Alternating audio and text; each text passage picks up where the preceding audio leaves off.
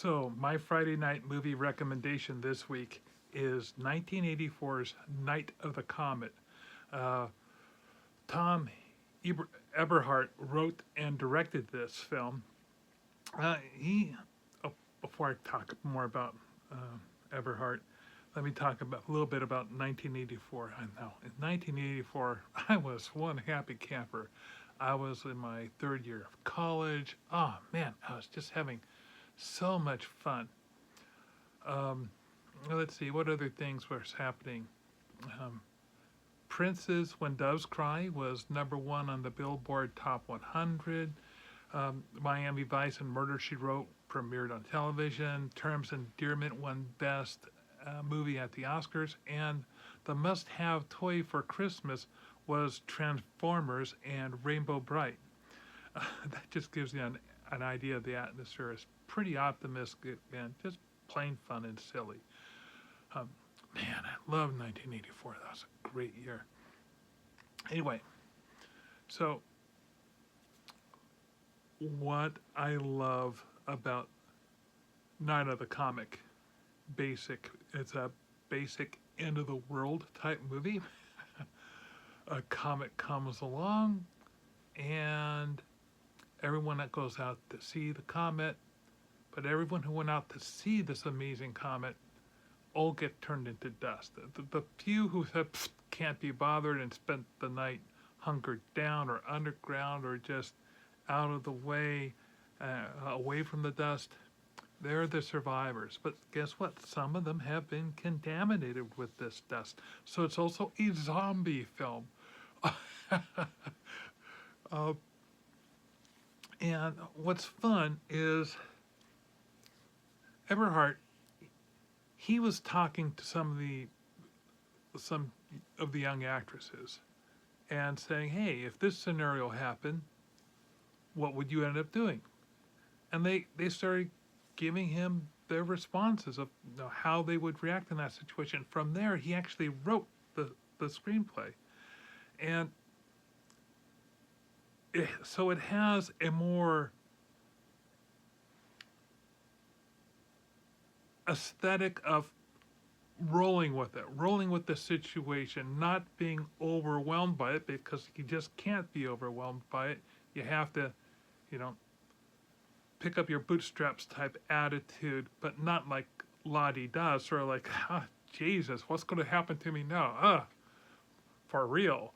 Keep in mind, Valley Girl had just happened, the success of Valley Girl, and the whole Valley Girl dialogue and how people were behaving. That was a real watch the movie Valley Girl. You'll get the idea. That was really hot. So when this movie came, so this was a fairly easy sell because of the success of Valley Girl. The studios want to capture on that valley feeling, and this movie goes with that. This was a big year. 1984 was a big year for our leading lady, Catherine Mary Stewart, as she would also star in The Last Starfighter as well as this film. Her younger sister is played by Kelly Maroney, and she was previously on Fast Times on Ridgemont High and would go on to be in Chopping Mall and other horror films. Another familiar,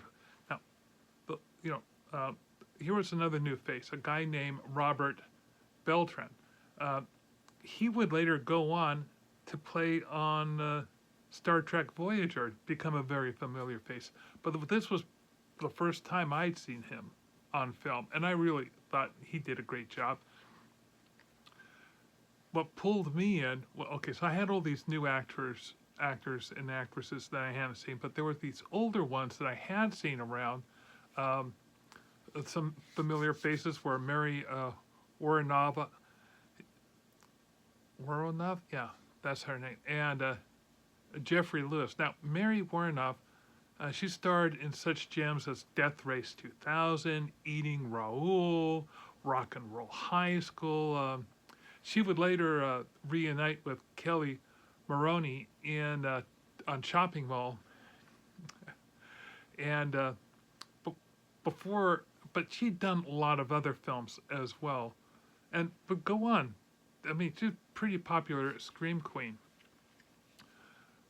But Jeffrey, he had done so many things before this. He was on television and TV quite a bit. Over his career, he has made over 200 appearances in both film and television. Movies before this he was in, Thunderfoot and Lightfoot, which was really good. Definitely check that out. Any Which Way But Loose. I could go on, but just look. You can look up Internet Movie Database and check out almost everything he's did is fairly decent. I'm not so sure about his Rob Zombie appearances, but anyway.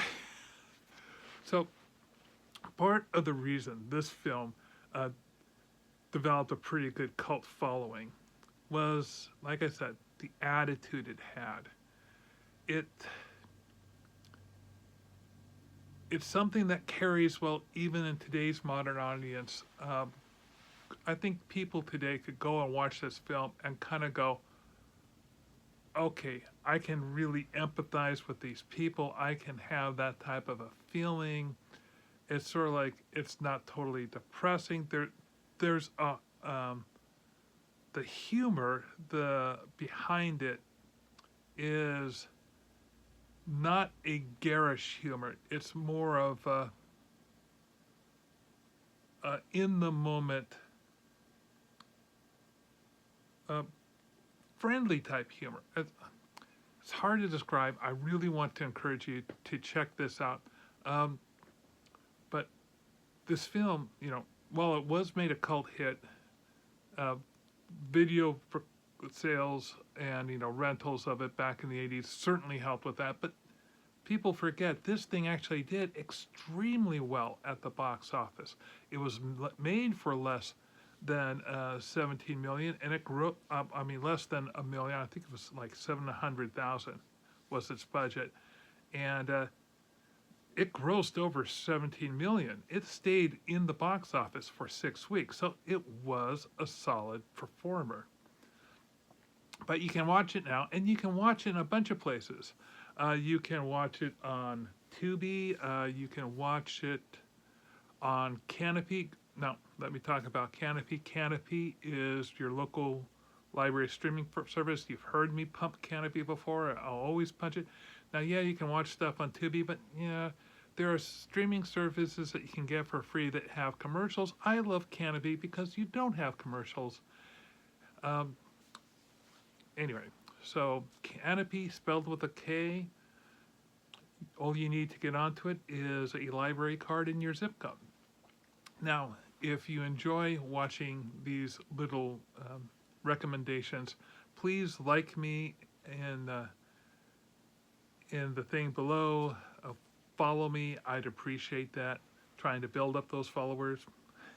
And hopefully I'll have something new for you next week. Thanks.